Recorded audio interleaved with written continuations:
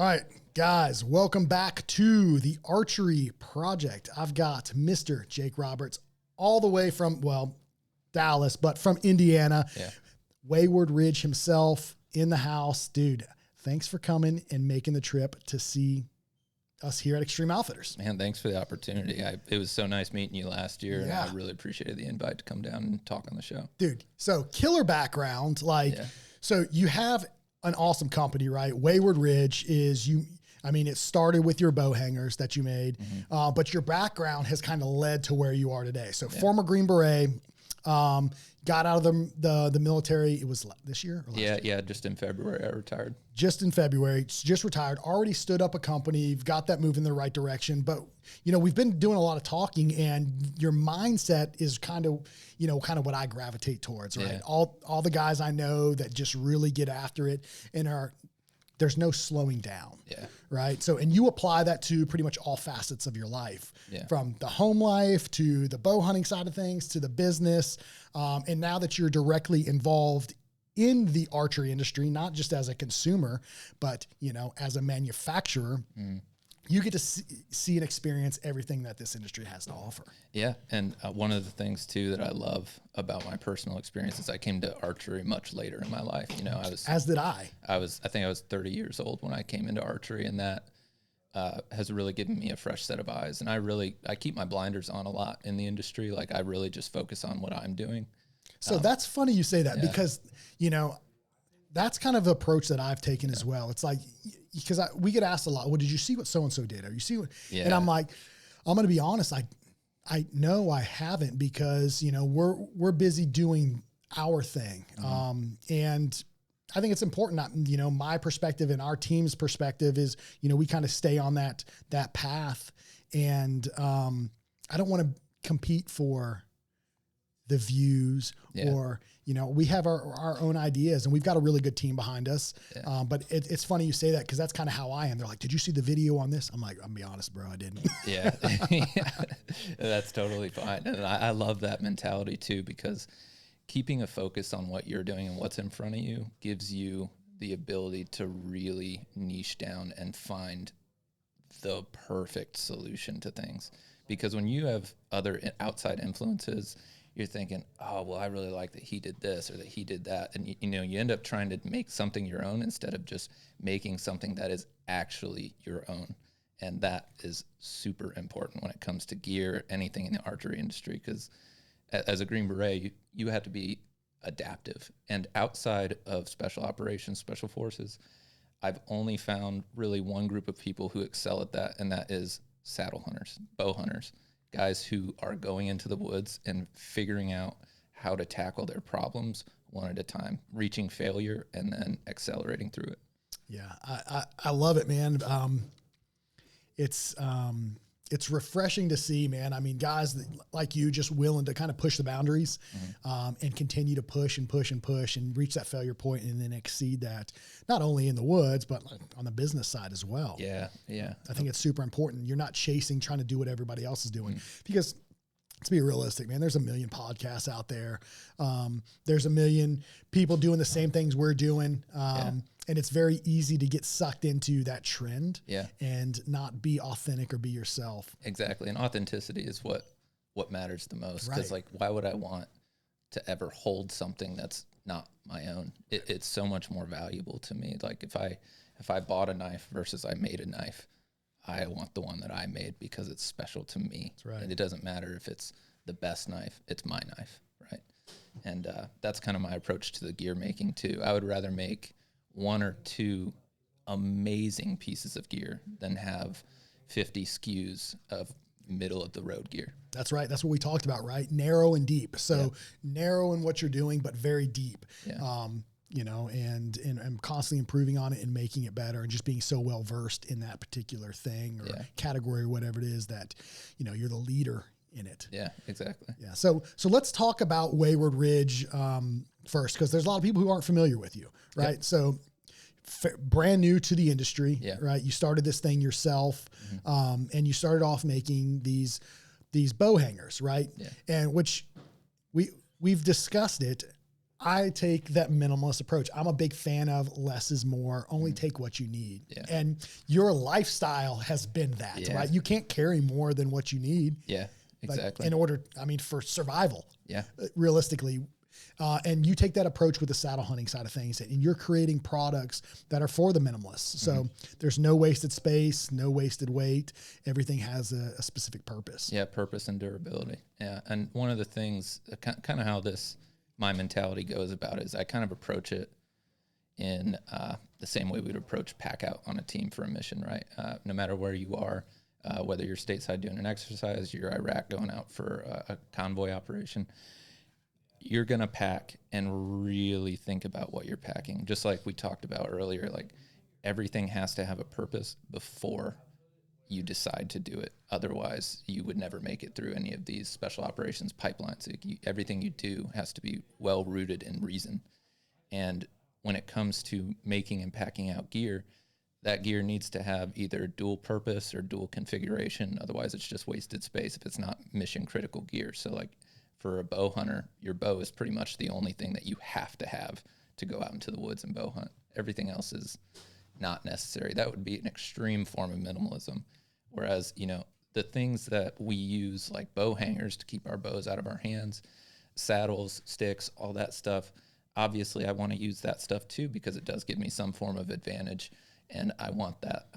So finding the right balance of minimalist is where I go, and I hone in on the products that are essential.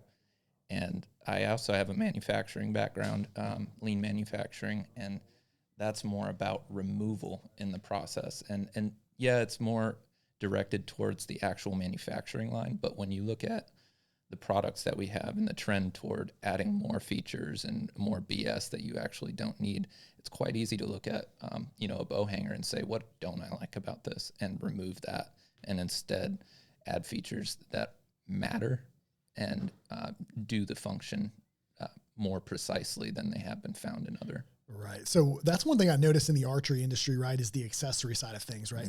There's more and more accessories, right? And then you end up with more and more stuff that you probably didn't necessarily need. And a lot of that can be, and when we talk about bow, added onto to your bow. So this year, I'll give you a prime example. So I'm shooting the PSE Mach 33. That's what I focus on as my bow hunting bow this year. I shot it all year for everything. I went from the Mach 30, which is my backup bow, which I really haven't shot as much. I focused on the 33, and I put a front bar on it. I put a back bar. I've never run a back bar in my entire life. And I was like, you know what? This bow shoots better. I shot it at tack really well. I'm going to take it in the woods. Guess what came off my bow like 2 weeks ago? That damn back bar, because it was getting hung up on everything. Yeah. And I'm like, realistically, let's be real. I'm hunting out of a stand, out of a saddle. My average shot is within 25, 30 yards. How much more accurate do I need to be shooting that far? That I need a back bar? I don't. Yeah. So I stripped that thing off, and it was sitting in the bed of my truck because it absolutely drove me insane. So it's fun to experiment and then realize you strip everything back down to the foundation or the actual bare structure and realize I don't need any additional things. Yeah, you really need less all the time, especially in. I love this comparison. This is what I like to talk to people about when we discuss ultralight in the industry versus minimalist, because I mentioned this earlier, but there's a real difference between our industry and other outdoor industries like hiking and camping. When you say ultralight hiking or backpacking, you're talking about guys who are carrying less than 10 pounds to go on 3-day trips, and they don't have a single thing that's wasted. Like, they have enough toilet paper for as many poops as they're going to take in that amount of time, and not an ounce more. And they cut down their toothbrushes. They don't bring any nice to haves. It's all essential. And these guys are going out for 3 days. But you're telling me you're going to go out on your private land for a morning sit and you're carrying 20 pounds? You don't need that, man. You really just don't. Yeah. I think it's funny too, because I get it, right? The more comfortable you can be, the longer you can hunt. Right. That is important. And the stiller you can be, right? You need to set yourself up so that you are comfortable and capable, but I think it's very easy to overdo it, right? Yeah. I don't need to take a nap in my stand. Yeah. They here to nap. Yeah. And I like we talked about last year, like I don't need to eat in the stand usually either. You're out there for, if anything, 12 hours. That's I don't know that we have 12 hours of light at this point. Yeah. In the day, right? Yeah. But like you're out there for, I think you don't need the snacks. Yeah. You don't need, that amount of water. And I understand some people want to carry it because they do, but I like to take the approach like similar to you, less is more. And same thing with water, right? I don't typically take water if it's just a couple hours sit, but when I do take water, dude, that thing I was telling you about. Yeah. So I took this from the endurance runners because I did some long distance running at one point, and they have those bottles that collapse that you can fill with water. And I think Joey, do you use those? Yeah. Okay. So Joey does a lot of like the lightweight backpacking stuff. But you fill them and they expand, and then whenever you run out of water, they shrink and you can stow them. They take up no room. Yeah. Fantastic. Such a good idea. Dude, it's amazing. I'm definitely stealing that. Dude, it's worth it, man. I mean, and then you have your pockets or wherever your pouch, you don't have anything massive that's just, you've got to carry around with you. That was one of I felt like big wins for myself. That honestly, you blew my mind when you said that. I'm buying those on the plane ride home. Dude, I got them from Solomon because I have a Solomon running vest, and that's where I got them from. And dude, it was fantastic, man. Yeah, I'll definitely be doing that. I would bring like probably half a cup of water with me. Yeah, because to stay up. And that's it, because we talked about it like before. Like I always have to cough, and you always have to. You said sneeze. Yeah. And that's why I carry water to try to cure that tickle in my throat, or else I'm going to blow my head up trying to hold this cough in. Yeah. But you also cover a little bit more distance though too. Like our public land hunters obviously need a little bit more than the guy that's going out back and hunting, for the hour sit. It's different. You're you're expending more calories. Yeah. So the minimalist approach is definitely, I think the most important thing when it comes to hunting is how do you have fun hunting? Right. Because at the core of it, if you're not having fun hunting, like no one needs to hunt. No one has to hunt for their family's survival. At this day and age, for the most part. But if you are going to hunt, you probably do it because you enjoy it. So however you enjoy it is definitely how you should hunt. So take the honey bun, man. Yeah, take the honey bun. If you love it, if you love the ho-hos, whatever, take them with you. It's tradition. Yeah, and those things might be more meaningful to you than how you hunt. And if it's fun for you, that's the best way to hunt. And what is fun for me is, that ties me back to my SF roots. Suffering. I like to suffer. Yeah. If I'm not slightly uncomfortable, I'm not having fun. I'm just bored. So what I do, my approach to hunting and gear development, where it all starts is when I'm in the tree. Obviously now I incorporate what my customers are saying they don't like. That's obviously a big part of it now. But when this started, I looked at what don't I like? Where is it being uncomfortable, or where is it being annoying to me? Because if I can reduce those things, there is an exactly opposite curve for how much enjoyment I get out of it. So if I can get that down to the things that I don't like are gone, I am enjoying the hunt and focused on that hunt much more clearly. So if my walk in is miserable because it's so heavy, then I want to lighten my load. But if I need, a 2-piece saddle to be comfortable, then I'm going to wear a slightly heavier saddle. And it's just picking and choosing your battles among the way. It's not just a target weight that you want to be at. You want to have what you need to have fun out there. And that's what I love about the minimalist gear, because anyone can come, grab a piece of my gear and lighten their load a little bit, or have something that's just more functional than what they've used before, quieter, fits in their pocket, like is smaller. And having that, even in one small thing, that might be cutting it down to less than you'd like to have, but it makes you more comfortable in some way and you get to enjoy it more. And so you don't need to be a minimalist hunter to enjoy this gear. You can just take it and add it to your setup and gain something from that. Somewhere, yeah. So that kind of leads me into like you tinker with gear. Yeah. Right. Like that's your thing. Yeah. Like very gear heavy, like experience when it comes to like modifications. Mm-hmm. So what are some of the modifications that you do to your stuff that you have seen as like critical or absolutely like these is a non-negotiable at this point? I'm always going to do this. Yeah. So silencing, because we talked earlier, like my biggest thing is noise. The only thing besides smell that spooks deer for me is noise. So anything that makes noise has to go or has to be modified.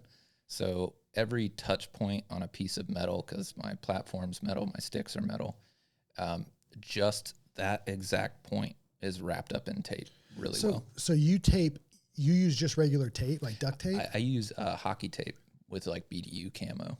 Yeah. And you tape your platform if it's a touch point. So if it right where my platform collapses and it would normally ting in the woods as I'm getting down from the tree, that's taped up on both sides, and it's just dead noise when it comes together. What about like your sticks? Yeah, so where the sticks come apart, this is back when I was hunting with multiple sticks. Now I just use one, but not one sticking. Right. When I would pull them apart, I would just get this slight ting out of them. And it was only happening, the way I took them apart was I made that the same every time. So it was only happening on one side. So you'll see my sticks, and it just has 2 wraps of tape right where it would make that contact on the left side of the sticks, because that's where it happened every time. And I could make it dull by adding that tape. And that's the most essential piece. Like if you have something that makes a noise, bring tape with you and just fix it in the field, because when you're done with an all-day sit, or sitting in the woods and you didn't see anything and you're kind of defeated, you don't want to go home and modify your gear. Right. But if you do it while you're in the tree, yeah, you might move a little, but it'll get taken care of right now. And I personally will do that. That's a good approach. Yeah, because I used to forget, so that I'm medically retired, so head injuries, I'm a little forgetful nowadays, and I used to forget, so now I have to take care of it right now. So that is one of the pieces of gear that I certainly don't need to bring into the woods, but I do because it aids my process, for hunting. Right, until you get everything dialed in exactly like you like it. So you're not somebody that chases new gear then. You're looking at constantly making what you're using more efficient, unless it makes sense to upgrade that. Yeah, so unless it takes a drastic step forward in weight or functionality, I'm not changing my gear. Like I could upgrade to like a Hyperlight platform. Like those are super sweet. My platform right now is like 4.5 pounds. So a Hyperlight platform would actually be a pretty good upgrade in terms of weight if I'm trying to be a true minimal, an ultralight guy in the gear. That might be an expense that is worth it to me. But, for a new saddle hunter, obviously that expense probably doesn't make any kind of sense. But yeah, always tinkering, and those big leaps, someone may come, like for me, the bow hanger was a big leap because it's more functional. Like to have something that fits in your pocket, and not like, oh, it fits in your pocket and it's a cargo pocket, but like fits next to your cell phone in your pocket. Oh, dude, it's tiny. Yeah, it's smaller than an iPhone. And,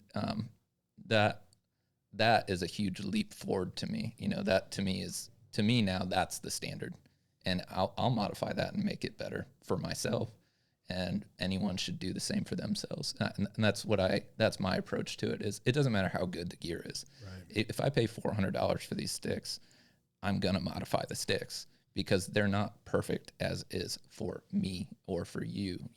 They're going to have, like, I may take them off with my right hand holding them in my left, and you may do the opposite, and they may have different touch points that make noise or things that annoy us. So we all need to modify our gear a little bit. Yeah, I think that makes sense, because what I see a lot of people do is they buy gear thinking that it's the end all be all, or it's the final solution. And that's just not the case, especially for a bow hunter, right? Because like we talked about, everything matters as a bow hunter, from the way you access the woods, the winds, your scent, noise.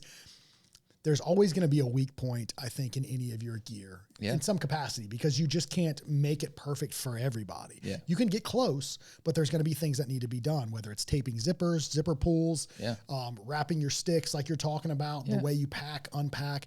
And I think it's important for people to, whenever they buy gear, they see it as that they need to take and evolve this thing and make it work and fit them. Yeah, and it even goes for your soft goods, like your bags and stuff. Like, I'm still working through that. I know. I struggle with it. And one thing that I really struggle with is like really cutting up my bag. Like the straps, like I want to cut them so bad. And I usually just, because I'm going to resell them at some point, right? Right. So I usually just tape them up, but it comes undone and it pisses me off so much. Dude, I just need to cut them. Harness. Yeah, I know. Little teaser here. I'm venturing into soft goods for next season, and we're actually prototyping right now a better way of using your bino harness. I'm looking forward. I'll have to share that with you off. Oh, camera. dude, I'm looking forward to that. We'll talk about it. So that's a competitive market because there's some killer bino harnesses out there. Yeah. Some really good systems, and I almost go back and forth. Like, I love my system I've got now, but I also hate having something on my chest at the same time because, like, I'll give you a prime example. I carry my phone in my bino harness, right? Mm-hmm. Where my binos go in. But the problem is I'll go and I'll need to get my binos harness and my phone is still there. And then I can't get it back in without moving and fidgeting and stuff. So there's like these, I mean, they're not big problems, but they're little issues that just drive me insane. Yeah. Things add up. They do. And it takes away from the hunt, right? It does. And distractions. It does, yeah. And I come down to my knees a lot against the tree in the saddle. And so I hate having a bino harness on. I was going to say, so when you run your tether how high do you run your tether? I keep it usually at eye level or slightly So you above. run it a little bit high. Yeah, I run it high, but I'm also a pretty tall guy. Yeah. So does your bridge impact your harness, your bino harness? It does only when I try and lean forward and try and take a little weight off my lower back. As an Army guy, obviously my back does not do great. And I'll try and unweight my back a little bit, and then it gets a little tied up in there, and I'll make some noise shifting around. So if you're like feel good standing all day and like you're really comfortable with your saddle setup and you don't lean forward, bino harness is great. Yes. But I think there's a better way to do it. I do. I like it. Yeah. I that's been one of my bigger pain points is the bino harness because I love it because I love having binos at easy to access. And I like the pouches for cause I run my rangefinder pouch on my right side and then I run like a little wind indicator on it and it's great. But also sometimes it can be a little bit frustrating with specific things, but obviously there's give and take to everything. Yeah, absolutely. So let me ask you this. So you run one stick now. Yeah. You run an 8er on it. How do you wear your platform and your stick in? How does that pack? What does that look like for you? Yeah. So, Trophy Line has their plateau pack. Are you familiar with it? Yep. That's the smallest pack I could find. So you run a pack with it. Yeah. Dude, so I have a handful of buddies that absolutely love that. Yeah. So that's the same thing you run. Yeah. The plateau pack, I like it because my platform just sits against my back and I literally just reach back, I hold it and I unclip it on one hand and I unclip it on the other side and I just pull it over the top. So it's almost like a little H harness, isn't it? Yeah. You can, yeah, it is. It's like a turkey pack where it sits in the small of your back. Yeah, we sell them. I should know this. Yeah, but they're great because they're the lightest pack I could find. Okay. So I made that work for me. It still does not work. There's way too much space in this bag, and I think too much space in a bag encourages me to bring stuff that I don't need, and I hate that. I want to, when I was on the team, right, my aid bag. There is no way that I was fitting more in this thing. It was as small as can humanly be. Like if you're going to go into a house and this thing is going to be on your back, you're going to have to drop it to make space for your kit, yourself, your gun, all that stuff. So, and then you need to be able to respond once everything's over and go grab that bag and treat someone. That bag carried only the exact essential things that I would need to get them stabilized and moved. Anything else was wasted space. But, you'd come across medics in the regular Army who are packing things out that were like for long-term care, and they didn't understand, no, this is a very specific scenario. I want to use it like this, and I'm only using it for this amount of time. And that is kind of my approach to the gear side of things and my packing. Like I said, 10 pounds for a 3-day hike versus 20 to 25 pounns for a morning sit. Right. That's just, it doesn't jive. Right. No. Yeah. I'm with you on that because it is very easy. I honestly don't like carrying a pack. I typically carry a pack whenever it gets cold so that I can put my layers my jacket in there. And that's the main purpose of it. Yeah. But my pack is also kind of noisy. It's a great little pack. It's a great little day. It's like I would say like a half day pack. Maybe by Mystery Ranch. I can't remember what it is, but it's loud. The material's loud is the biggest issue with it. Yeah. But yeah, so does your stick go underneath the plateau pack? Yeah, it does. So I take it off to get that off at the base of the tree. And that's too much noise for me. That's one thing I really don't like about it. So I mean, so what's your solution to that? Because, and what do you carry in normally in the bag itself? I mean, because I find myself like I've got just a pouch on my right side that barely has, I carry chem lights in it for like blood trailing at night because it's way easier for me to see that. No kidding. Yeah. Oh, okay. So, I mean, because. So, that's a good idea. Well, I'll tell you why. You can get the mini ones? Oh, I didn't know that. That's a really. Oh, they're really mini too. That was way better. Yeah. I've got boxes that I had my buddy. Yeah. He's a ranger or Acquire was a ranger. them. Yeah, he got me a bunch, man. He's like, here you go. I was like, oh, I wonder where those came from. Yeah, this is fantastic because I had a problem. Like, so this goes back to headlamps. All right, so I'll tell this story. So I had a headlamp. It was a rechargeable headlamp. The damn thing died on me, and I shot a good buck, and I was trying to find this deer. Yeah. So I'm out there with a cell phone, with a light, trying to blood trail this thing. Yeah. Absolute nightmare. And what would happen is I would get turned around because one, I didn't have good light, and I would go back to my starting point and I would use either toilet paper or I would use my arrow and mark the last spot I had blood, but I couldn't see it in the dark. Yeah, So I would take a chem light and drop a chem light where I would see blood every so far so that it's easy for me to go back and backtrack, right? I can't believe I didn't think of that. That's a genius idea. Well, it actually works. Yeah. I think it works really good. It might be dumb to some people, but it made it easier for me to visually identify where my last blood was so that whenever I was continuing to move forward in the dark, I could see the trail or the direction that I was going so it made sense to me. That's why I did it. And it worked good so far, but the little chem light's a great idea as well. Yeah, because they're like the same circumference as like a glow-in-the-dark necklace that kids would wear, but they're only like 2 inches long. So they take up no space. Perfect, and you could carry 50 of them and a little rubber band around them. Yeah, like breadcrumbs. Yeah, exactly, like Skittles. Yep. Yeah, it's perfect. Yeah, that's interesting because like blood trailing, everyone says to carry toilet paper, but I'm like, I can't see that at night. Yeah, see, this is why I love other guys with extreme mindsets because they do stuff because they plan and focus on inside of a vacuum. They have the blinders on and they're just focusing on what works for them. Mm-hmm. And then when you end up getting together and talking about it, you really see something that's like, oh wow, that's a terrific idea. Absolutely. Yeah. And incorporate that immediately. And I do go and pick them up afterwards, just so you know. I don't leave them. We don't leave them in the woods. I don't, which is the great thing about toilet paper, right? Yeah. Because it breaks down, it goes away. So like whenever you drop 3 to 5 chem lights, they're easy to identify. So when you're working your way back out, you can go back and grab them up, throw them in your pack and take them out. So I don't leave them in the woods, everybody. Yeah. I'm not polluting the environment. It's a good call. Yeah. Good conservation. That's it, man. I figured I would just put that out there because somebody would be like, oh, you're leaving those in the woods. Nah, I'm not, man. I promise. Yeah. But, that goes back to what we were talking about, like minimalist approach and stuff. But looking at some different ways of approaching things. But so in your pack, so that is a lot of space. I mean, it's not a lot of space, but it's a lot of space in the way that we think about things. Mm-hmm. What else do you carry in it? I carry a limb saw. Oh, a small limb saw. I need to get one of those. Well, I do public, so I I definitely don't cut trees on public land, but I actually use that limb saw to cut the pelvis of deer when I'm dressing them because you can actually use a limb saw for that. Yeah, so it cuts right through. Dual purpose, right? Yeah, something that you can do that most people don't actually know about. It cuts right through that bone, no problem. And then I'll carry a set of hand warmers, just one, and then my grunt if I'm just walking in. But usually, like I told you, I usually keep that thing around my neck. When I'm walking out, I'll throw it in the bag. And then I keep some emergency 550 cordage.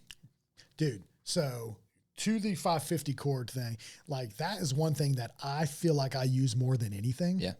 Is because instead of cutting branches out of the way, you can rig it up and pull things and build cover. Exactly. Versus cutting them and then you're just exposed. Because that's what I did in Kentucky is I would wrap it around and I would pull this branch and it kind of created a little bit more cover for me without cutting it down. Yeah.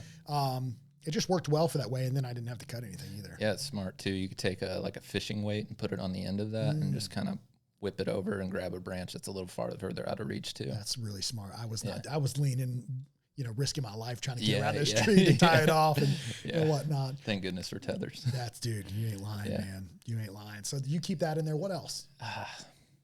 Really, that's it. So it's a lot of empty space. Way too much space. And an extra like a rechargeable battery pack. Okay. That's the only other thing. Just because I still use the GPS. Like, I'm not using hard maps or anything. I'm using my GPS. So what GPS do you use? I just use Onyx. Okay, use Onyx. Okay, that's what I use as well. And plus, it gives you that like directional feature, like we were talking about, for guys to navigate into their stand a little easier. I don't know if mine needs to be updated, but my directional thing has been off lately. You try doing like a figure 8 on your phone, because sometimes that compass gets out of whack. Okay. Or you could have a really big declination down here just because of the whatever magnetic signals are going on around here. Interesting. Yeah.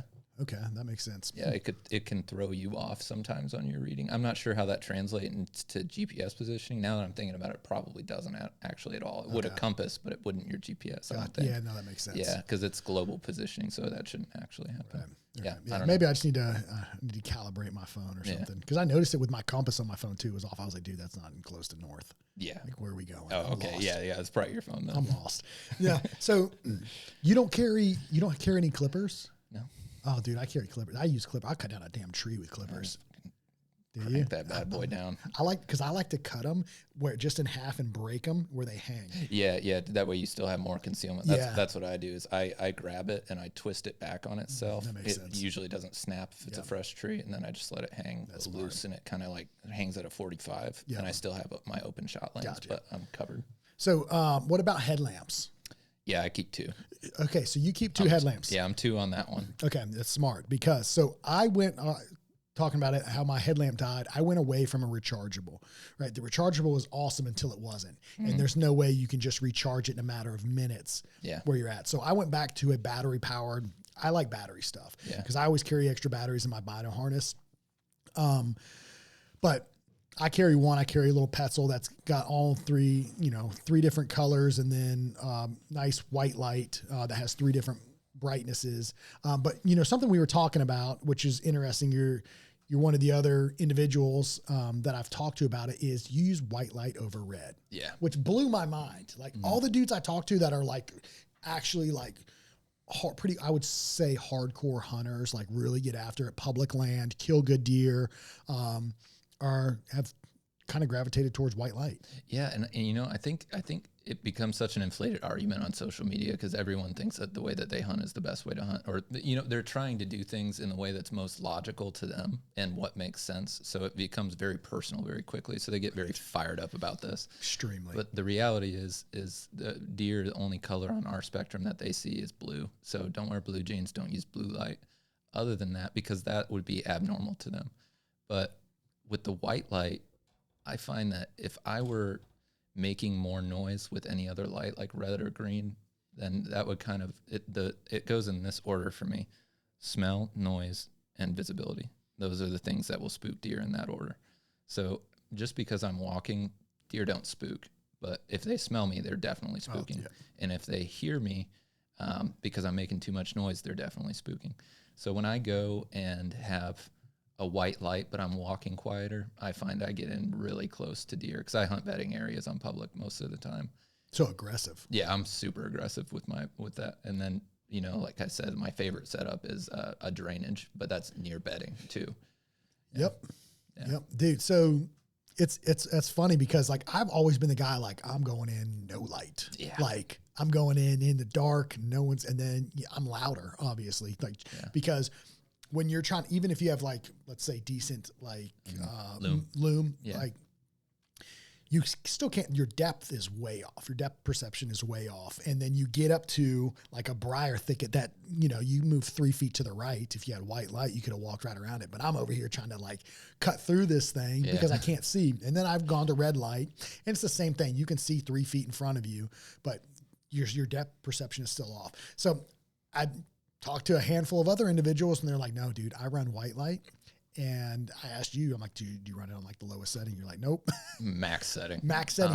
So you're quieter, you're more efficient getting into where you need to be. And I always figured like, oh man, you're going to deter the deer, but you had an experience with a doe. Yeah. It's my personal experiences that have led me to this conclusion. And it's just that I had a doe when I was walking in last year, and I was walking in, she stood up 20 feet from me. She was upwind to me, so I was downwind, and she couldn't smell me. She could see the light. Obviously, my white light was right in her eyes, and I turned my head directly to her to keep it in her eyes because I knew she couldn't really see my silhouette. I pulled up my grunt tube, let out a soft little young buck grunt, and then I started walking more on the downwind side. I skirted around her, stayed 20 feet the whole time. She let me get into the spot, which was only 50 yards away from where I was headed because, like I said, I hunt the bedding areas. And I hung up in that spot, and she hung around me all day, and it was no problem. So, and I had it on the max setting, and that's not the only experience I've had. I've gotten in next to deer or gone around deer, and I just have found that as long as they aren't smelling me and hearing me, they do not hard spook.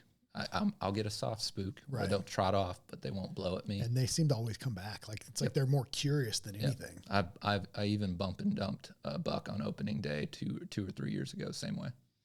Yeah, that's such a good feeling. Yeah, that's like, oh, it's so awesome. Dude, that's the best. So whenever do you turn, like as soon as you get in the woods, you turn that thing on? Oh yeah. And that's and one of those things too is I just have a healthy distrust of other hunters and safety. Good point. In public land, like I'm not even going to play any games. That's how I started using white light. But now through my experiences, I'm really finding that it doesn't matter anyway. That's a really good point. Safety issues, yeah, especially on public, man. You just never know who's out there, and there's some people that are willing to risk it all for what they think potentially could be a good animal. Yeah, one of the guys on my team shared the funniest story I think I've ever heard about a hunter. He said they were in high school, and this guy comes up to him and says, "Man, I got a big buck this morning." He's like, "Oh yeah, you got a picture?" It's like, "No." He came in, it was dark. It was like a half hour before first light. So he's like, "You mean like gray light?" He's like, "No, it was like dark. And I pulled up my gun and I just started firing. I definitely hit him, but I didn't see any blood trail or anything." And I was like, I'm never not using white light again. Oh yeah, that's an instant game changer. That's good. Nope. Dude, that's terrifying. Yeah, it's horrifying. And I have a family I want to go home to. So dying over something stupid like that would be. Yeah. Well, terrible. Which is crazy. I don't know what it's like in Indiana, but here in North Carolina, like, dude, it's flat here, right? Mm-hmm. There's no like real terrain. You can shoot whatever rifle round you want, 30-06 rounds. Yeah. I mean, big rounds that are ripping through the woods. And, every year you hear about it though. There's a horror story where somebody gets shot or somebody gets hurt or, I guess err on the side of caution, run a white light. Yeah.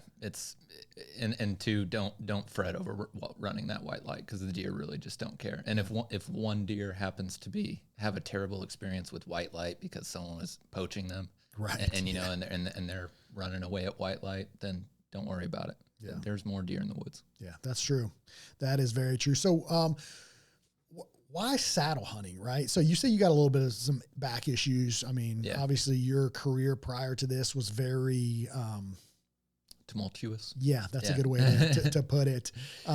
So obviously you're a little beat up, I'm assuming in areas, right? Lower back, some issues, TBIs, and all that. So what drew you to saddle hunting over like just hanging a platform and sitting? So my first year I did a climber, and it was a nice 25-pound one, which is a nice one, it was, and that worked for me, but I just didn't have the options that I wanted to. And one of the things that on the team was very important was having. I need to kind of go over some history or how SF works. Basically, this is an elevator pitch, mind you. You get an area of operations, you get given a mission, and then you plan and do everything in a vacuum. So you make these choices, and you have to be able to provide the reasons for them. You plan the mission, you decide everything. And so... God, I really lost track of the question. I apologize. So why saddle hunting over? There's the TBIs. Yeah. Okay, so when I have options available to me, I can do that planning better, especially when it comes to hunting. So if every tree's an option, that's a huge advantage over anyone who's not saddle hunting. I would rather be uncomfortable and have more options. And it's not that saddle hunting is uncomfortable. It's a little uncomfortable for me in my back, but at the same time, I allow myself some of those comforts to do hunting the way that I enjoy it. And saddle hunting is so versatile because when you pick up saddle hunting, every single thing in your pack or that you carry with you to saddle hunt is customizable. You can adapt that. You can cut pieces off. You can add pieces to it. And that's the fun part of it for me. That's the community that I want to give my all to, and I want to provide products for, because these guys are really trying to make it happen. They're really going deep. And those are the types of folks that I want to work with too. So, and you, I mean, your approach is a little different as well, which I think more and more people are taking this approach, but you use one stick. So you hunt low, and you're a bigger guy anyways. Yeah, I'm 6'2". Yeah. So, I mean, that's it's, you know, I'm pretty tall, so I can get up like 7-8 feet in a tree. Which is very low for what most people consider hunting height, right? Yeah, but I find that when I'm 20 feet up with 4 sticks or 25 feet and I'm really stretching it out, I in the late season, I don't even have enough cover up top to prevent myself from having a silhouette. So I find that, and then by then the deer are looking up anyway. In the early season, there's too much vegetation up high. So the advantage of getting your scent over that isn't exactly more than getting good shot angles and having better concealment. I would rather have more concealment than anything, because if I can, I'm a fidgety guy. So I like to move a little bit in my saddle. And if I don't have good concealment, I'm going to get picked off by these deer really quick. So here's one of my problems, right? When it comes to tree selection, I either go about it one of two ways. I pick a tree that is very easy. It's easy, but it doesn't provide the best cover concealment, or I go the complete opposite. It's the most difficult tree in the world to get in, but it's got really great cover and concealment. So would you sacrifice, like, when it comes to tree selection, are you more looking for cover and concealment over like a tree that's easy to get into, even if it makes the shot less shot opportunities? Yeah, I would way rather have concealment. Yeah, and it all can be. Here's some more anecdotal evidence. I went out one day on Fort Campbell, and I got about 20 feet up in this tree. Some does come out of the bedding area, silhouette me instantly, blow, run off down the ridge. I pack up, move out, and I go and find, this is where it really clicked with me. I moved to this other bedding area that was about 100 yards away, and between these two bedding areas is just a clearing with a bunch of oaks. It's just a great spot. And I get up in here, and I get about 12 feet up in the tree, but there are branches from other trees just concealing me perfectly. Those does came back, other deer come back, and I ended up seeing something like 20 deer that day, even after I ruined my morning sit by being silhouetted. So I went and changed and saw the concealment work for me for the first time. Like, that hands-on experience is invaluable as a hunter. Yeah, because you know, you can listen to as many podcasts or YouTube videos as you want, but until you try something and it works or doesn't work, you really don't know. Right, you got a hypothesis. Yeah, exactly. It's actually a scientific approach, and that's exactly how I approach the gear making too. It's like those bow hangers. I've broken over 100 of them. I broke 112 exactly, and then I broke 5 more before I came down here, because I was going to bring those ones that I forgot for you to break, and I just wanted to see, like, where is that breaking point, like what's breaking first. But you need to do those things with your gear as a manufacturer. Excuse me, you don't do that at home. Yeah, that's going to be very expensive.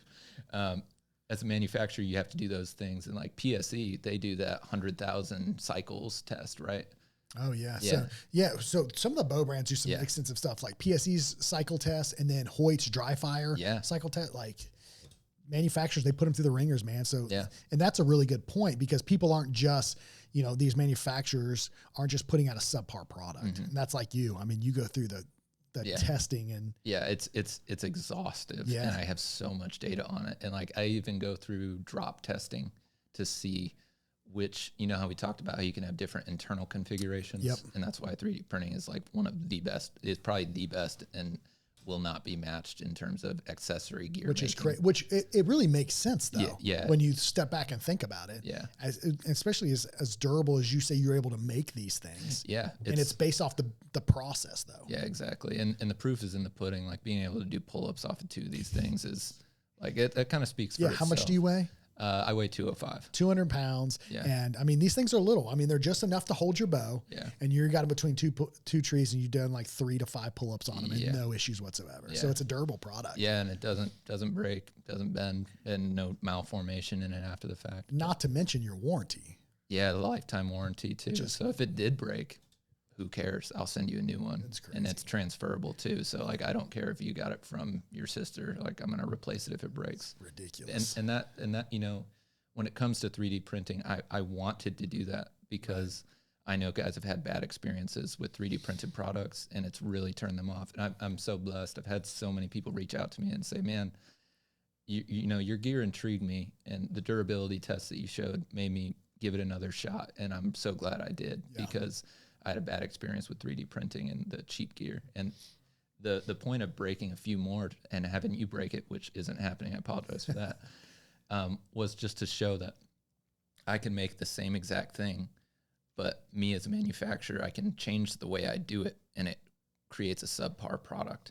So when you're looking at 3D printed products, find someone with a lifetime warranty because that speaks to them being willing to stand behind their gear. Right. And in the industry, that is hard to find. Oh, and extremely. But you know, there are a lot of great companies out there who do stand behind their products and do try to make them last. Like, I don't want someone buying a new bow hanger from me every 2 years. Every season. Yeah, it needs to be one. Right. Yeah, and they'll buy a new one when I make a better one. Right. No, that's a good approach, man. I think it just shows the integrity and just how well and how methodical you are with the products and stuff and how important it is to you. I mean, that it carries over to the consumer side because you see a lot of products nowadays that come out that are cheap, quick fixes. Yeah. And you know, they don't really serve a purpose. Yeah. And and you know, or a long-term purpose, I should say. The manufacturers are fighting multiple factors, right? You need affordability. You need, you know, you talk about different manufacturing methods. We talked about injection molding. Like, could I injection mold them? Yeah, but I can make them lighter if I don't. And I can make them just as strong, if not stronger, if I don't. And would that allow me to sell more? Yeah, but at the same time, my goal isn't to sell more exactly. It's to upgrade people's gear so that they have what they need to get the job done. And if it breaks, they don't need to worry about that. I'll have a new one to you immediately. So the thing I do like about the product too, like, is how well thought, because it's very low profile too. Yes. So like it fits, like, you know, a lot of your hangers, they really stick out and they've got all these different arms and they could stick out way far. There's some smaller ones. They're metal. They're a little bit noisier, a little bit heavier, but yours is super low profile and the bow or whatever you're hanging is right up against a tree. So it works really, really well. And again, I just like the low profile design and just how easy it is to access it without any additional movement outside of the body. Yeah, I like that too. I know you like to stay like in this right here box. That's why you like to have your binos right here and all your gear really close to the tree. And yeah, when I was looking at that piece of, because you know, I hyperfixate. Probably to an autistic level, where I really, it has to be a certain way in my mind and I have to make it work. And if it doesn't work, I have to figure out a new way to make it work. So when I was looking at how big and long to make it, right? Because you have these really long bow hangers that are great for putting both your limbs on. And you know, if that's how you like to hang your bow, great. I personally don't hang mine on the cam. You know, unless what I'm hanging it on requires me to do that. So I like a limb. So when I went to develop the size of this, I took the widest limb on a dual limb bow, and that was my sizing. I added about a centimeter to that to make sure it would fit any bow. And at the time, it was a prime that had like the widest limb in the bow shop, and that's where the actual length of the bow hanger comes from. Got it. That makes sense. It's so methodical. It's just enough. It's a reason. Yeah. Like everything has a reason. Yeah. That's cool. That's a good approach, man. I mean, like obviously everything you do, there's no excess in anything. Yeah. And I mean, you spend majority of your time public land hunting, so obviously you want to shed as much weight as you can. I like it, man. And a lot of that comes from rethinking what we actually need to hunt. So like dropping the 3 sticks made my pack 3 pounds lighter, and I still get on deer just as much as I did with 4 sticks. Yeah. Yeah. Yeah. It's very easy to be consumed. I mean, we're consumers, right? Yeah. We want to consume more and more and more. It's going to make everything better. And it's not necessarily the case. I think most people or most bow hunters learn that the hard way. Everybody starts there, right? Yeah. Everybody chases that gear. Yeah. But the guys that I see that are really successful, they're not chasing the new gear. They're improving upon what they've got, right? And just like you, it's trial and error. And the only way to really learn is to do it yourself. But I mean, going from 3 sticks to 1, you know, creating your own bow hanger, starting a company. It's cool, man. I mean, it's, as far as the archery industry goes though, I mean, have you had any, like what's been your biggest pain point? Not enough negative feedback. Really? Yep. So and this sounds like I'm patting myself on the back, and it's really not. This is actually a very big frustration for me. Is all the guys that I have test my prototypes are veterans, usually SF guys, but I exclusively send my prototypes to other veterans because I need their honesty. I need them to be harsh with me and not be my friend about it, and they're really good at that. And by taking that and doing it before I even bring the product to market, that kind of starts the ball way further forward than if I just went to market because I thought I had a good idea. Right. So I've really only had one person reach out and say, this needs to be fixed or this isn't working. And I found that it was actually my fault. I was not educating my customers in how to properly use the attachment device with my bow hanger. And I made a video about it because I want to own that. I want to own the bad parts and make them better. But it's just frustrating because I want it to be better. I want it to be, it's good. It's really good. But I know it can be better. But I need more eyes. I need more people to tell me what doesn't work in a professional way, like in a critical way. No, that's I will say in a professional, critical way is very difficult when it comes to the social side of things. Yeah. Because usually it's just like, that's a piece of crap. Yeah. Thanks. Yeah. You should probably end your, like, it's crazy. Yeah. I'm like, all right. Enough comments for one day. Yep. Yeah. Thanks for your constructive criticism, friend.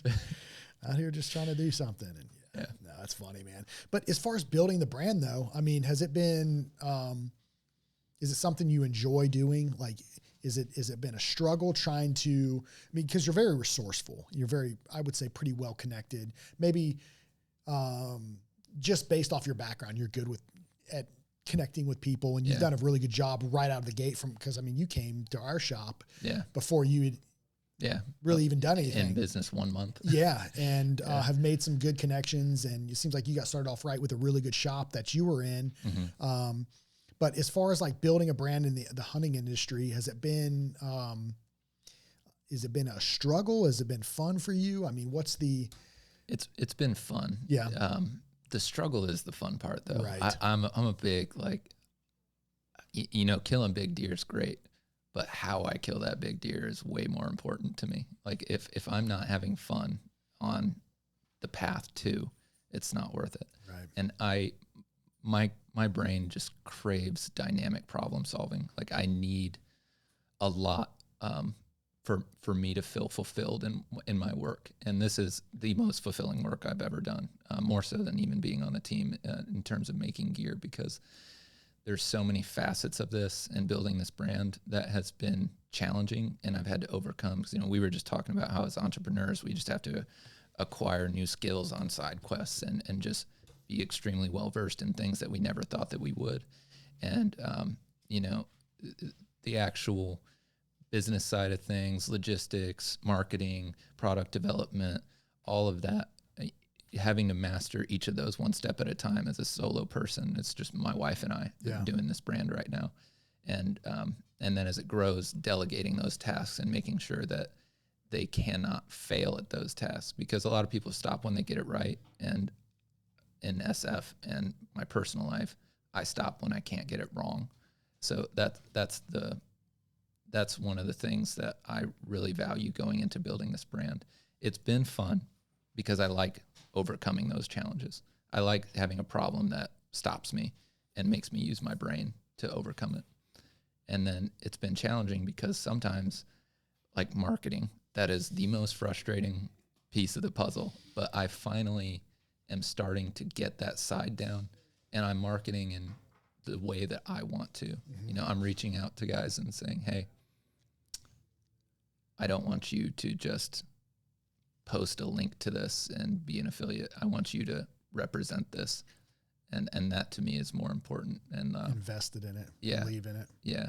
Like my friend Wesley Spear from Strategic Veterans Outdoors just did a hunt for Rally Point, put together for the veterans, and we donated gear. A lot of guys did. It was great. And these guys had a wonderful time. You know, having someone like Wes in my corner has been so valuable. And then that first bow shop, Brian Scheisser from Herndon Archery out by Fort Campbell, so awesome because he actually supported the making of the gear in his bow shop. That was the first place where I had a sale, was in his bow shop.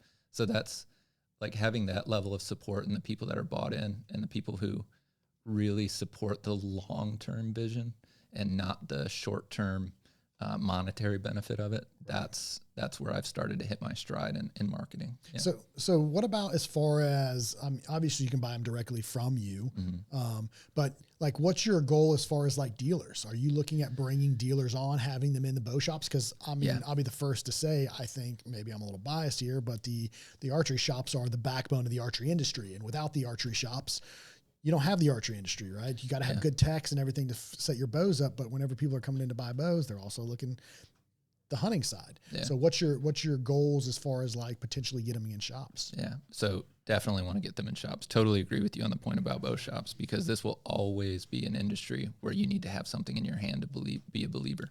Right. You know, you may take a risk, and that risk is financial right now by going direct to consumer. And you can eliminate some of that risk by going to a bow shop. And my end goal is to be in bow shops. Right now, I'm trying to educate consumers on my products. So my push right now is more business to consumer. I still deal with bow shops all the time, and I give them great terms because I won't manufacture a product or list it for sale at a price where I can't afford to give them a great margin. Gotcha. Because they have to have the margin. Because working in Brian's bow shop at Herndon Archery, I really saw the struggles of a small bow shop owner and the margins that you guys have on bows and other gear. And it's like, some of this gear is made in China. How is the margin 20? How are you guys only getting 20 points out of this? Yeah. And it's frustrating. And, you know, something that you need as a bow shop owner, you need me to have really good marketing and a really good education on my product. People need to walk in and say, I want a Wayward wire, and pick it off the shelf and know what it is and how it's used. You don't need to spend any more of your time educating them on my product. So that's why the focus is on business to consumer right now for the education piece of, and then as we grow and become more of a household name, it'll be the focus shifts to bow shops and getting them the products. I think that's important, is especially for shops, right? When the shop has to do all the marketing and all the education on a product and nobody's coming in asking about it, that's difficult. Yeah. Because if you look around a lot of the bow shops, they don't have the same, I would say it's kind of an old school industry, right? It's a lot of word of mouth. Yeah. As far as current media, there's a lot of influencers and stuff that you see out there, but like bow shops, a lot of them are kind of that old school way. Yeah. And if people aren't coming in asking for the product, it's hard to stock the product. Yeah, exactly. It's just going to collect dust on the shelf. And one of the things that I implemented in my business to combat that is one of the terms that I have when you become a vendor for me is, I do a 90-day buyback for bow shops. So after 90 days, if my product's just sitting on your shelves and taking up space, I'll buy it back from you for the same price, because you shouldn't have to sit with my product until next bow season for it to not sell anything. And if people in your area don't know about my product, it's not going to sell. Right. So that's why the onus is on me to go direct to consumer right now. And also one of the big things that I saw the suffering from the bow shops is the online discounts. Discounting products that the bow shops just can't meet. If I'm going to run a discount, I'm going to, one, make the stores alert to it, and two, I'm probably not going to discount it anymore, like where my cost, the cost to the consumer to get it shipped to them is going to be any different than it would for them to go into their local bow shop, because they need to support their local bow shop. And it should not be more advantageous for you to come directly to me. Yeah, that's one of the big things. We've seen so many businesses go consumer direct, right? Yeah. And then they cut the throat of the dealers, and there's, I mean, nothing we can do. I'm looking at brands right now that are doing 60% off direct to consumer. That's greater than what the dealer margin is, which is, you know, I'm like, so how do you expect somebody to stock your product if you're going to cut their throat and not give any incentive or, you know, reimburse because we can't run that sale. We're out. Exactly. So, you know, and that makes it difficult for a lot of shops, you know, and then you can go and you can order it from out of state and potentially get it tax free too and shipped to you for free. So what's the incentive to go to your local shop? There isn't one. Exactly. And right now I keep my bow shop list very short right now because I am still and very much growing, and I don't want to have more shops than I can personally tend to. And one of the things that I'm going to do for Black Friday, because I'm going to offer a sale on the website, is I'm going to reach out to them and say, hey, I'm offering a sale at this price. You can match my price for these days, and I will throw that back onto your account, the sales that you get. So that way you're getting free product to replace the product that you sell at a discount. So you're actually not losing anything in terms of what you what your dealer margin is. Right. Yeah, that's cool, man. That's important. It's important. And when dealers see that, they feel valued, and then you know, it's an incentive to continue to work with the brand. Yeah, so of course. I think that's we all understand, like, you're in business, I'm in business, and I know that my product is nothing without a bow shop. Right. At the end of the day, I need bow shops. So I don't ever plan on just being direct to consumer. It's not part of my value system as a business, and let alone my strategy. Yeah. So what's your major, as far as like channels for like marketing? Like, is it TikTok? Is it Instagram? Is it YouTube? Like, where do you see your most return? Instagram and TikTok actually give me a lot of returns. TikTok Shop has been really good to me. Okay. Yeah, it has. The Instagram, I think I get a lot more genuine interaction, but on TikTok, like, the virality of certain videos and showcasing the product just reaches so many more eyes that it generates more traffic to the website, and I see a greater return on that. So it's really, I have to go, I kind of pincer them and get both in there. They're both equally important to me right now. Whereas, you know, when it comes to marketing, usually they say focus on your primary, but right now I'm seeing different, really high yielding things, because, like, I want to educate the people on Instagram, but I want to sell to the people on TikTok, if that. Right. Yeah. Yeah. So it's been, to me, it's a game of volume. Yeah. Like, I look at like all platforms have value, and we have different age demographics based off the platform too. Like TikTok being the youngest, then Instagram, then Facebook, and then YouTube is, for extreme outfitters, is probably the most influential platform for our shop for there. But you guys are so educational too. Like, no one walks away from one of your videos without learning something. Yeah, or telling us we're stupid. Yeah. Whatever. No, but that's me. Yeah. I think it's important though. In our, like, that's the whole thing with the Archery Project, right? Is it's just an education-based platform. So, and it's been important to me that we can sit down with like manufacturers and other hunters and just have these discussions, because it's cool, man. I mean, people want to learn about all facets of the archery industry. Yeah. You know, from the manufacturing side to actual on the ground hunting side. It's a very interesting industry, and we talked about it a little bit earlier too, and kind of how the industry has transitioned, right? ATA used to be the big show that everyone could go to, and like all the manufacturers. And now you look at it with the rise of Total Archery Challenge and their vendor village, and on the ground with directly dealing with the customers and consumers. Like, ATA had its place, and they seem like they're bringing it back this year and doing something more, allowing they're allowing consumers to come through. Yeah, they have some days blocked off that are still just for the vendors. For the vendors. Yeah. And then there are other days, I think it's 5 days total, where they're having consumers in to see the products. So what each booth allows them to see is, up to them. but you could really, as a manufacturer, get people excited about next year's products. Yeah, I think so too. I think that's important, but it's funny to me with the rise of Total Archery Challenge, which seemed to just be a place to go shoot your bow and shoot these awesome courses. But what it's done for vendors in the vendor village, the amount of exposure you gain going to that event, because that draws everybody. And we're talking about your bow hunters, your families. I mean, there's kids there, there's all kinds of stuff. And then you get to go walk through and meet and greet with all the vendors and test product. I mean, I feel like Total Archery has been like the best thing for the archery industry as far as events go.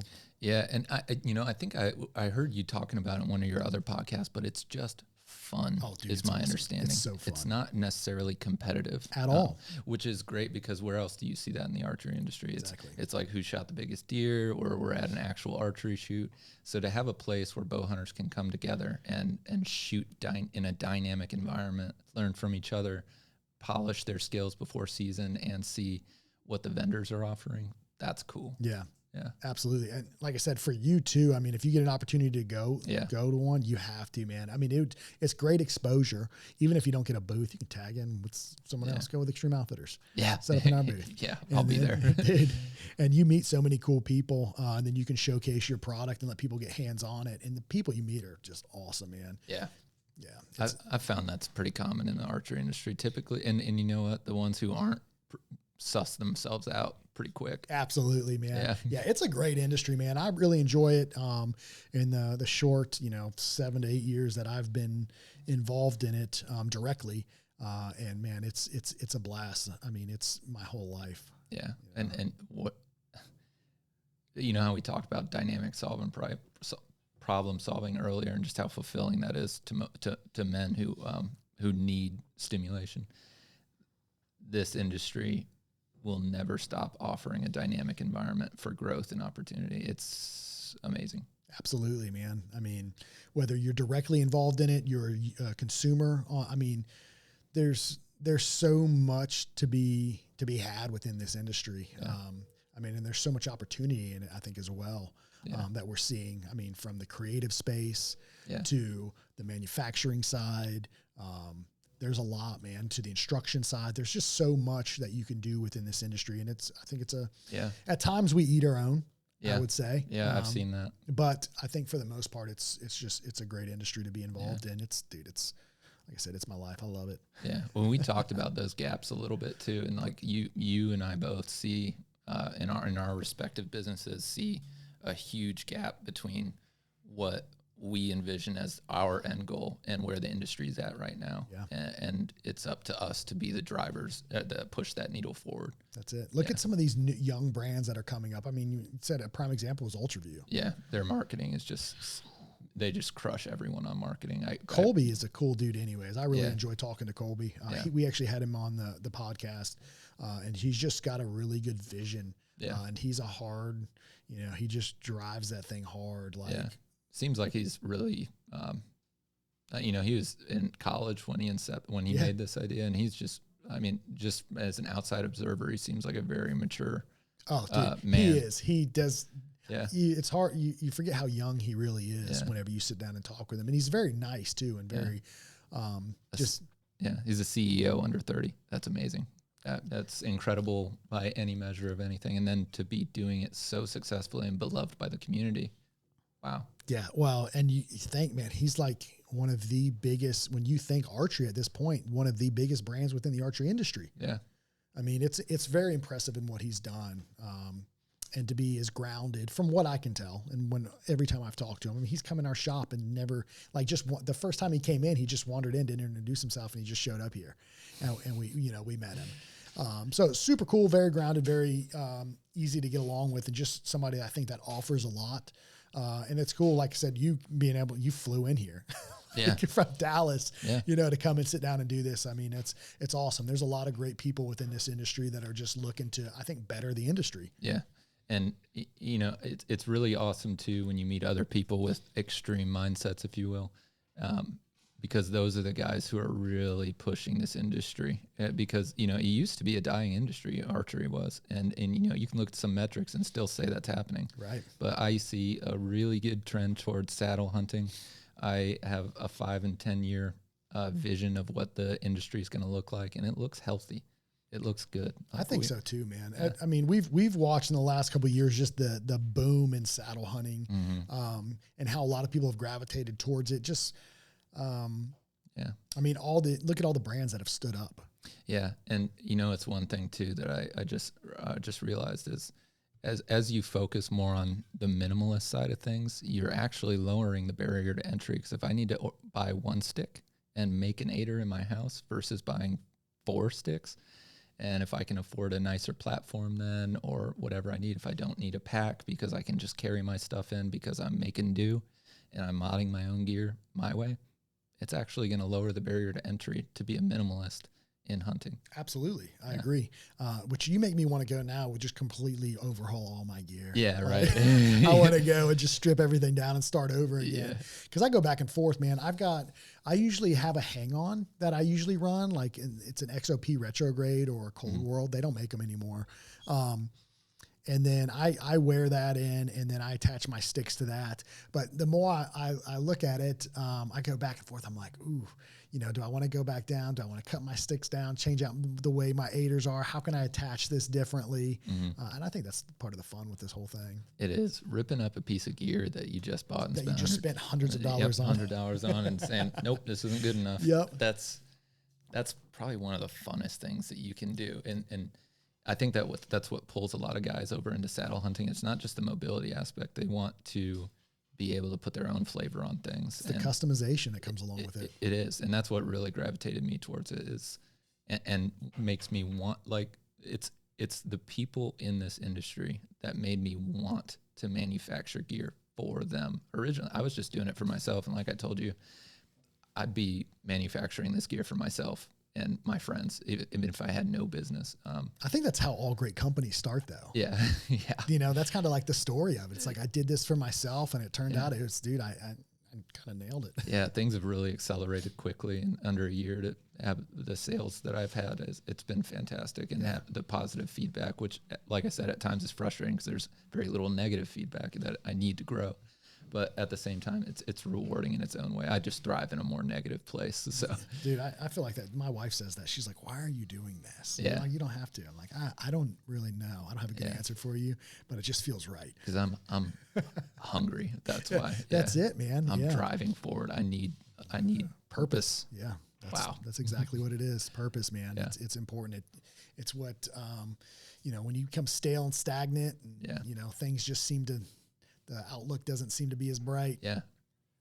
And that's part of what led me to go even more minimalist and just start hunting on the ground. And and just having that heart throbbing moment. Dude, so you can't tell me when you are able to be within, 15 yards on the ground, eye level with an animal, like that just feels primal. Yeah. Like it's different versus when you've proactively made this happen, right? Like I love setting up the perfect ambush site and capitalizing on it. But whenever you're able to push the boundaries a little bit more and move in on something and then create that opportunity, that to me is like the most primal feeling. You're like, I did something. Yeah. Like I made this happen. That feels like hunting. Yes. And it's like putting it in italics. It's just a different flavor on the same exact thing. And Absolutely. it feels different. It feels primal, you put it. I love it, man. I think that's the draw to bow hunting too, man. That's why I love it's the most frustrating, rewarding thing you'll ever do. Yep. You'll never try harder to be unsuccessful at something. Dude. Yeah. And that's so seductive in a way. Yes. It really draws you in. Once you become a bow hunter, you're not going back. And you know what's funny too is how quickly when you are successful, that feeling like you're like, what's next? Yeah. Like it's so fleeting. It's yeah. I mean, yes, you get that high and you're like, wow, I've done this. And you reflect on it and you look back and you're like, what worked, what didn't work. Yeah. And then you look forward to that next thing, which is that next failure. I'm going to go off on it. Yeah. Yeah. And that's kind of like what I talked about earlier is the driving towards failure is exactly how a special forces team is successful. So I'll just use training to clear houses as an example, CQB.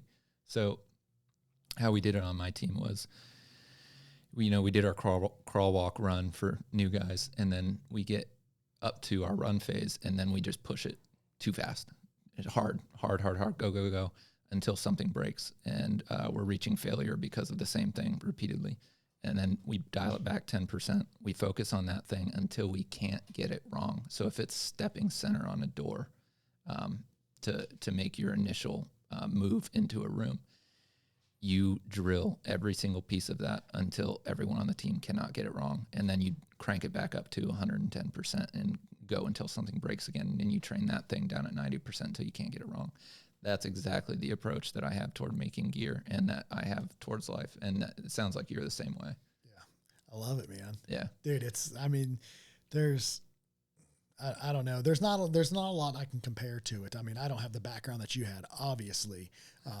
But I think it's cool the amount of individuals that I've had the opportunity to sit and talk to and have these discussions with, and then we're all able to relate to this common thing. Yeah. It's neat, man. It's definitely something that I really enjoy. And I really enjoy talking about it to you guys like you who have an extensive history. We're pretty fortunate where we're located to be able to constantly talk with guys like you, but your guys' previous experience, how you apply that to the hunting side of things is what really fascinates me, because like we were talking about, like map reading, right? That's one thing that I'm not great on, reading contour lines and topographic maps. And then how that's like so easy for someone who's done it on an extreme level, right? Cause it's like going 100% and backing down to 90, you know, it's like, it becomes a lot easier. Cause we used to just do it in the dark with no light. And you have a map and a compass, and all you can see on that compass is this little, like a chem light. Basically, it's just this little faint glowing piece, and you kind of see the number for the azimuth that you're going to walk on, and then you just walk in that direction in the dark for 9 kilometers or however far until your next point. Yep. Well, I'm here. You're not worried about being quiet though, so that's pretty pivotal to it. Whereas with hunting, you are. That's why I use the white light, which makes sense, man. I'm putting that into play the next time I go out, which hopefully like tomorrow. We'll see. We got a nice massive temperature drop rolling in here and high pressure day, so we'll see. But I'm taking that approach. I'm getting rid of the red light, and I'm going to go in full white light. I hope you have an experience with a deer. I hope you do. So do I. I hope that deer blows and runs away from you. Damn it, he was wrong. Biggest deer I've ever seen in North Carolina just blew at me. He's gone forever. Oh, dude, that's funny, man. So moving forward, you've got some cool new products that you're going to be releasing this next year. Yeah, we're going into soft goods, and while I won't go into the specific details, we talked about gaps. There is a huge gap in where we're at. I love the plateau pack. It's definitely the best pack I've ever had. But it is way more packed than I need. And most people would look at the plateau pack and think, it's tiny. It's so small. I'm not going to fit my jacket in you're there. You're like me, man. So I like just having a pouch on my side, and I'm like, if it takes more than that, I'm going to dump it. But so we'll kind of go off track a little bit here. I want to ask you, like, when it comes to you hunt, like late season. Yeah, I bow hunt from early through late season. Okay, so how do you pack in your jacket and stuff? So when I have a pack or anything with a strap, I don't put it in my pack. I just push it through that strap and it hugs against my body while you're getting into where you're going. Yep. Okay, don't need it to be kind of how I do it packed too. away. Yeah. So even if you just had a bino harness, you can tuck it inside of that. That's smart. And just move with it. It just needs to come with you. It doesn't need to be pretty. Yeah. See, look at. Makes too much sense. Yeah. Simple. Yeah. The deer don't care if you're wearing Sitka. Okay. So now that you bring that up, we're going to take this podcast a little bit longer. Yeah. What is your thoughts on like patterns and camo in the woods? This is a question that I'm really finding myself asking now because a recent hunting experience. So like, I'm not like I told you, I grunt in as a cover sound. Yep. And, I rattled successfully for the first time. It's like I've tried rattling on public before, and Fort Campbell's hunted pretty aggressively, so I avoided the rattling because I found it spooked more deer than anything. But I just got into this spot where I was like, man, it just feels right here. I've seen it before. I came back with a set of rattling antlers, and I rattled, and I had 3 deer bust in to see. And I was brushed in really well on my right, really well on my left, and I thought they were going to come along this trail and that I was going to have that open opportunity. They walked straight into you? They came right at me. 3 bucks, as fast as they came in, they went right out, and I was not moving a muscle. Do you paint your face or anything? No, I don't. But I cover my face. Oh, you do? Yeah. Okay, because I used to not. And I cannot stand like a balaclava or a face cover and try to anchor. Yeah. I just have to have it over my lip. I can't do my nose. Otherwise I can't anchor properly. Exactly. Yeah. So, but I went back to painting my face because I kept getting picked off. It's like my white ass face just sticks out. Like no matter everything else, my face would just glow. And I felt like that was one of the reasons I was getting picked off. Because I typically hunt in like, where they're called Fjallraven pants. It's just a high-end outdoor I've heard of them. Pant, right? They wear really good. They're pretty quiet. I like that they've got some stretch in them. And then I typically wear like a flannel, if it's cold, like a flannel and a base layer, something simple. Yeah. So I'm not so much a camo guy. I like pattern to break me up. Yes. But I'm curious your thoughts on it. Are you a camo guy or are you more of a pattern? Concealment. Yeah. Concealment over everything, because it doesn't matter if you wear blue jeans and flannel. If you're concealed, you're concealed. Yep. And that's the be all end all. And when it comes to face paint, I love that you brought this up, because I've been itching to put something out about this before, because like you paint your face in the military quite often. So when guys are painting their face, if you want to be more successful, use darker colors on the high spots, shiny spots of your face. So like cheekbones, nose, eyebrow bone, and then use lighter colors on the faceted parts of your face, and that creates a flat effect for your face in the woods. I went through a whole camo paint facing like Google search thing because I was always intrigued by guys that were able to. I love the idea of disappearing into the woods, right? Like I can go in there and you can't find. I tape up my bows. I tape up my gear. I like stuff to disappear. Like I set my bow down. I want it to be like where'd it go, right? And I got really interested in the paint side of things, like what matters, because I see everybody do these dumb designs. No offense if you do them, like paint, like just random paint on their face, and I was like, man, why do guys that are in like these sniper platoons that disappear and able to stalk in so well, like how do they paint their face? That was what fascinated me. So I went down this thing and I was reading about how you want to create that flat look and you want the darker faces on the taller parts of your face versus the lighter. And I still look retarded whenever I don't know if I can say that. Still look dumb whenever I paint my face. I look like, I feel like, but I felt like it made a big difference for me as far as getting picked off, having something that just gets rid of all the white, because I felt like it stood out really, really bad, especially when it was cold. Yeah. Now that I'm hunting on the ground, I think that's the way to go.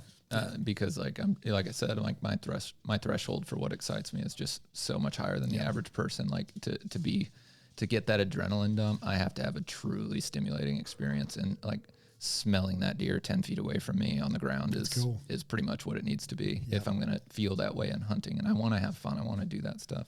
And I think I'm going to have to incorporate the face painting if I really want to be successful at it. Because like I said, in and out, like didn't stop for 1 second. So what do you think it was? Oh, I wasn't brushed in, even though I wasn't moving. My camo didn't matter. Even though my camo was okay for the scenario, I was like, I had a pond behind me. I had some tall brush behind me, brushed in really well on the sides, and then open for a shot in the front. And they just came from exactly the wrong spot for me. And so what would you have done differently? Oh yeah, I would have all the concealment directly in front of me. I would rather get in coming from the side. Yeah, and like if I had tall like switchgrass, I would rather be in the middle and breaking stuff up and grunting while doing it, and then stand up for the shot than to be on my knees and taking a shot from an open spot. You were on the ground. Yeah. Oh, yeah, dang. Yeah. Okay. Yeah.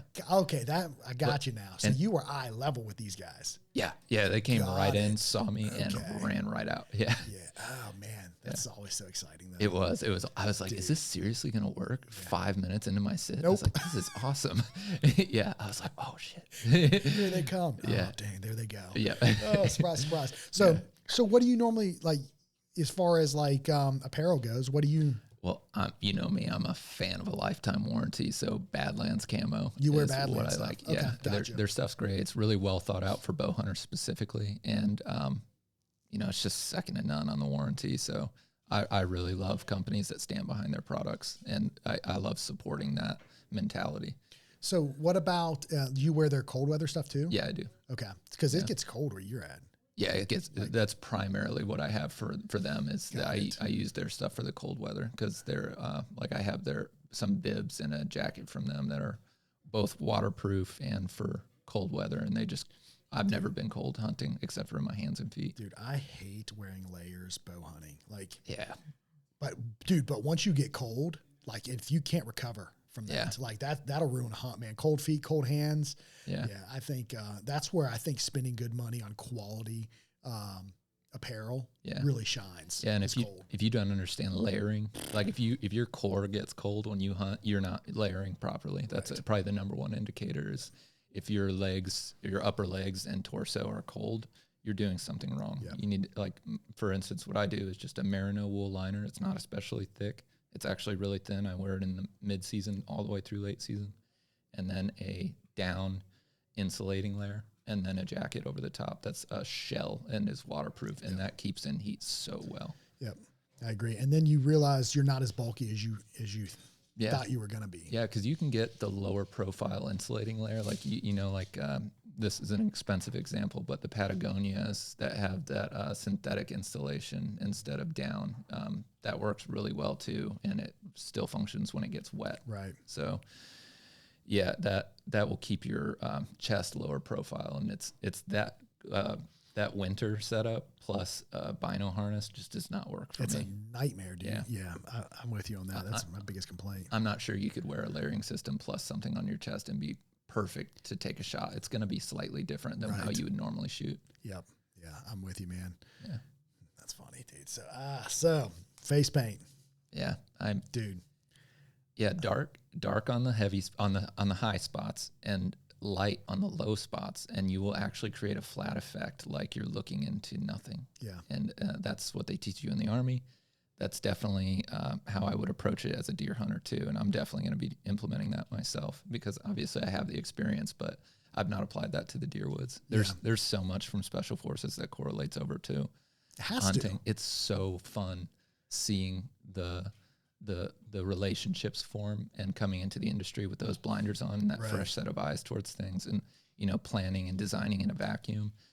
And that's why I don't have a million SKUs. I just have like 2 or 3 products that just are different but work really well, and that's I like that. I love it. That's the thing I love about bow hunting, man. It requires everything to work: your planning, your preparation, and then accessing, and then constantly reflecting on all those failures in order to at some point make it happen. And there's always going to be the factor of luck too. Oh, dude, it's a massive part of the game. Yeah, the deer are biological beings. They're not robots. Right. So it doesn't matter if he comes in on an east wind in the morning. Typically, he may not that day. Right. I never take the same path, same exact footsteps through my house to get to the bathroom. Right. The deer is the same way. He's living in his house, and he's not going to go the same exact steps every single time. That's it. Yeah, that's good. You got to constantly be able to shift and move and adapt. Yeah. As a bow hunter. Yeah. So, and that's the great thing about the saddle hunting thing, man. You can climb anything, you can get in anywhere.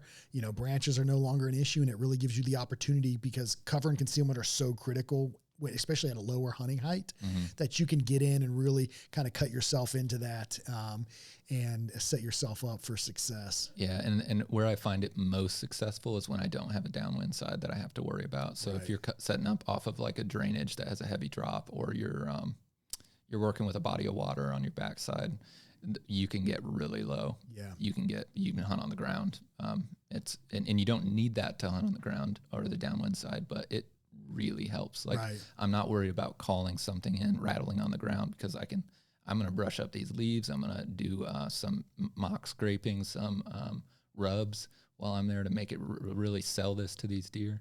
And I'm not worried about anything going to the downwind side if it's blocked off. Yep. No, that makes sense. Yeah, but unfortunately they came in directly at me. So what do you know? Surprise, surprise. That's funny how that works. Yeah. So that's it, man. So Wayward Ridge, you can find you online, waywardridge.com. You can find you on any of your social channels. So if you're in the market for saddle accessories, you've got some absolute bangers, man. You've also got a cool the thing that I saw more recently was your saddle hunting, your phone. Your phone mount, which I thought was really cool, which for me, looking at it, I typically have mine in my bino harness all the time, right? And that gives you the ability if you're saddle hunting, how it attaches to that carabiner. Yeah. Like, because I'm constantly looking at where we talk about weather and then Onyx and stuff like that and plotting why I made mistakes and where I'm at, and how I should probably move. And it's hands-free. Yeah. So it's a super cool concept. It is. Yeah. That's why I filed for a patent and it's patent pending, because it really did seem like a game changer to me, and worth protecting the intellectual property there. Yeah. And it allows you to communicate with your spouse, see what they have coming in. It allows you to see your shot break because it tracks with you as you move in your saddle. So if you wanted to see that shot go off and how you performed under pressure, you can actually record that. Yeah. And which is a special thing, because where else can you do that? Exactly. It's funny too. Everybody thinks they did the right thing. And then you can go back and look at the video and you're like, wow, man, I hammered that trigger. Wow. I didn't even look through my peep sight. What do you know? Weird. Yeah. That's crazy. Capture your reaction to your, to show to your spouse. That's it. They don't care about the kill shot. They just care about you. That's it. You're 100% right there. Yeah. So that's it, man. So if anybody wants to get a hold of you, waywardridge.com. You've got new products coming out. You're constantly looking to innovate and improve upon what you're doing. And you've got some killer stuff, killer warranty, lifetime warranty on all of your products, and built for the minimalist, the saddle hunter. Yeah. I like it, man. What else you got? Anything else new, exciting? No, there's one thing. We're really going to reimagine the whole pack and, chest rig this year. I'll be first on the list because you know how, we're very similar, I think, in our thought process and what we want to take with us and what we want to leave behind and that approach. So I will be first in line to be buying and testing this out, man. I'm honestly super excited now that you bring it up to check it out. We'll talk off camera, but I think it's really going to shake up the industry and make people think differently, which is good. Like, let's come up, shake the tree and see who else can innovate even better than us. I want that. I really do. Yeah, no, I'm excited for it, man. I'm excited for everything you got going on. You've really got some cool stuff, man. Awesome background that carries into to what you're doing now. And I think your company is refreshing to see because it's not products just built just to make them. Mm-hmm. They actually truly solve problems and improve on, ultimately give people the opportunity for more success with how you're eliminating waste. Yeah. Yeah. I like it, man. I appreciate you. Of course. All right. That's it. That is Mr. Jake Roberts from Indiana, all the way here in North Carolina, dude. Again, I can't say thanks enough for coming out, sitting down on here. And, I'm really interested to see what you got coming out this year. Yeah. I'm super stoked. So Jake, appreciate you, man. But that's it, guys. That's another episode of the Archery Project. Drop some comments, give us some feedback, and go head over to waywardridge.com. Check out all of his products. He's got some really cool stuff. And give us some feedback too on your thoughts on saddle hunting. Like, what are some things in the industry that you think are missing or that could be improved upon, that we can take away from, look at, and, if you ever use any of Jake's products, let us know. Give some feedback on them because they are awesome. So again, Jake, thanks again, man. Appreciate you for having me. That's it. So, all right, guys, appreciate you guys following along. That's another episode of the Archery Project, and we will see you guys in the next episode.